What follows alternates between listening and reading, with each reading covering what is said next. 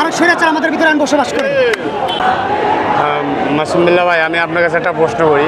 আমরা বিভিন্ন জায়গায় ঘুরে দেখছি যে আওয়ামী লীগের যারা স্থানীয় নেতা, তারা বিভিন্ন যে ছোট ছোট রাজনীতি দলগুলো বর্তমান নিবন্ধন পাইছে, সেখান থেকে মনোনয়ন নিয়ে আমার কাছে এমন একজন ব্যক্তি আছে যে দোকানে দোকানে বলছে যে আমি তো আওয়ামী লীগেরই নেতা ছিলাম, তাহলে আমাকে ভোট দেন, আমাকে ভোট দিলে তো আওয়ামী লীগ ফিরে আনার জন্য সহজ হবে।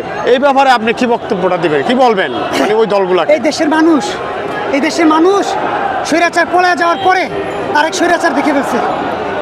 এক স্বৈরাচার পলাইছে, আরেক স্বৈরাচার আমাদের ভিতরে বসবাস করে। এক স্বৈরাচার দেশ থেকে পলাইছে, আরেক স্বৈরাচার মানবরূপী আমাদের ভিতরে বসবাস করে, যাদেরকে আমাদের চিন্তা কোনো কষ্ট হয়। যারা জ্ঞানী মানুষ, যারা শিক্ষিত, তারা তাদেরকে চিনে ফেলেছে। অনেকে আবার তাদেরকে ডেকে ডেকে নমিনেশন দেয়, অনেকে আবার সে আমলকে গাড়িতে কইরা ভোটের জন্য রাস্তায় নামে।